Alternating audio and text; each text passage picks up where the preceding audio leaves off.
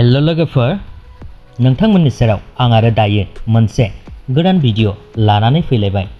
जानो हागौ नोंथांमोना थाम्बनेल आरो टाइटेलखौ नायनानै एसेब्लाबो मोनथिखाबाय। स' लोगोफोर, दिनै बर'नि फावखुंगुर सुकबिर काजী बिथांनि फिसाजोनि नैथि बार्थडेमोन। दिनै बे बार्थडेयावनो बिथाङा सासे नैथि गथ'नि बिफा जानो हाबावबाय। स' लोगोफोर, बिथां सुकबिर काजीनि सेथि फिसाजोनि मुङानो जादों काrzee। काrzीनिनो दिनै नैथि बार्थडेमोन। फिसाजोनि बार्थडेयाव सासे फिसाजोला मोनबावबाय। स' जोबोद गोजोनथाव खौरां, बिथांमोननि सुइट फेमिलियाव दिनै सासे फिसाज्ला जोनोम जाबाय। स' लोगोफोर, बिथाङा गावनि फेसबुक पेजनि गेजेरजों बयखौबो गोजोननाय फोरमायहरदों आरो बिथाङा जोबोद गोजोनदों जि गावनि फिसाजोनि जोनोम सानाव दिनै फिसाजोला मोननो हाबाय।